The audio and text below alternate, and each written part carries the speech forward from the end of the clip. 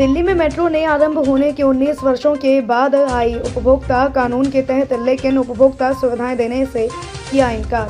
24 दिसंबर राष्ट्रीय उपभोक्ता दिवस पर प्रधानमंत्री को दिया ज्ञापन। 10 वर्षों के प्रयास के बाद अक्टूबर 2021 में मेट्रो ने माना कि मेट्रो उपभोक्ता श्रेणी में है, लेकिन दिसंबर 2021 में भेजे गए पत्र में उपभोक्ता सुविधाएं देने से किया इनकार। संसार में सभी परिवहन व्यवस्थाएं, रेल, बस, जहाज आदि उपभोक्ता की श्रेणी में आती है। सिर्फ दिल्ली मेट्रो ही ऐसी है जो उपभोक्ता की श्रेणी में नहीं आती।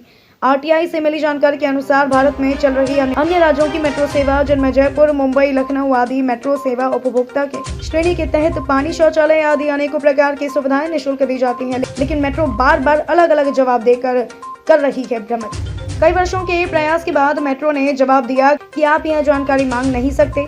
दिनांक 17 फरवरी 2015 को कहा कि यह जानकारी हमारे पास लिखित रूप में उपलब्ध नहीं है। दिनांक 17 मार्च 2015 को कहा कि यह सूचना अधिकारी अधिनियम 2005 की धारा 2(4) में वर्णित सूचना के परिभाषा में नहीं आती है। वहीं दिनांक 16 दिसंबर 2015 में कहा कि दिल्ली मेट्रो उपभोक्ता श्रेणी में आएगी।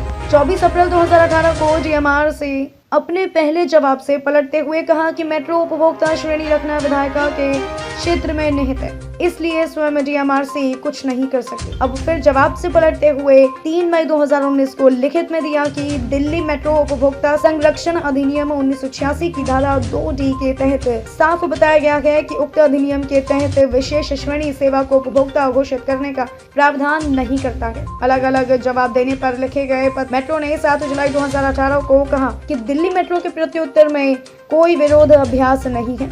7 अगस्त 2021 को कहा गया कि दिल्ली मेट्रो उपभोक्ता संरक्षण अधिनियम 1986 के दायरे में उपभोक्ता है।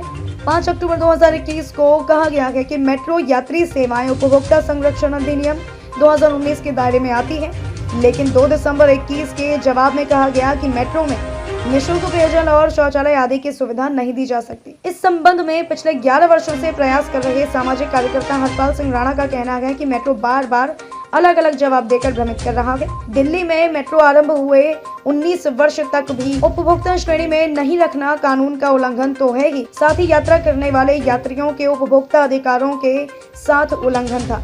दिल्ली मेट्रो उपभोक्ता श्रेणी में शामिल हो जाए तो पीने का पानी, शौचालय और किसी भी प्रकार की अनहोनी घटना दुर्घटना होने पर मुआवजा भी लिया जा सकता है। इन्हीं सुविधाओं को देने से बचने के लिए मेट्रो उपभोक्ता की श्रेणी में आने से बार बार गलत जवाब देकर बचना चाहती है। जब मेट्रो उपभोक्ता अधिकार अधिनियम 1986 और 2019 के तहत उपभोक्ता श्रेणी में आती है तो यात्रियों को सुविधाएं देना उनकी जिम्मेदारी बनती है। इसीलिए मेट्रो जानबूझकर सोची समझी राजनीति के तहत भ्रम फैला रही है, जिससे यात्रियों को अनेकों प्रकार की सुविधाएं देनी ना पड़े और कोई कमी साबित होने पर भी हर्जाना ना देना पड़े। दिल्ली मेट्रो वर्ष 2002 में आरंभ हुई थी।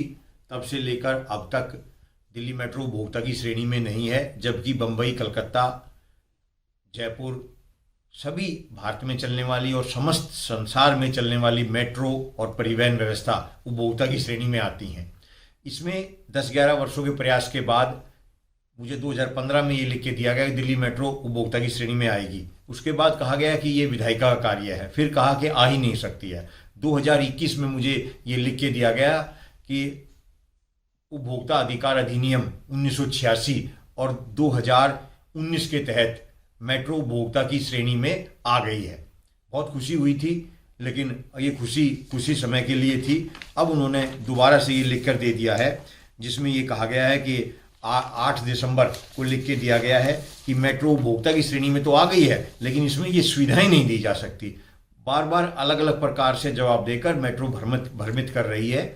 अपने जो उसके उपभोक्ता हैं, जो उसके यात्रा करने वाले यात्री हैं, उनको जो सुविधाएं मिलनी चाहिए, जिसमें शौचालय की सुविधा है, पानी की सुविधा है, अगर कोई दुर्घटना हो जाए तो उसमें उसका मुआवजे का हक अधिकार होता है, इस तरह की जो सुविधाएं मिलनी चाहिए वो दिल्ली मेट्रो जानबूझकर भ्रमित करके नहीं दे रही है। इसमें जो दिल्ली के लोगों को सुविधाएं उनका हक बनता है, उनसे वंचित हैं वो। इसके लिए भारत सरकार, दिल्ली सरकार को बहुत सा पत्राचार किया गया, लेकिन कोई भी निर्वाचित प्रतिनिधि या दिल्ली सरकार, भारत सरकार इसमें संज्ञान नहीं ले रही है, जिससे दिल्ली के यात्रा करने वाले यात्रियों, उपभोक्ताओं को उनके अधिकार नहीं मिल पा रहे हैं।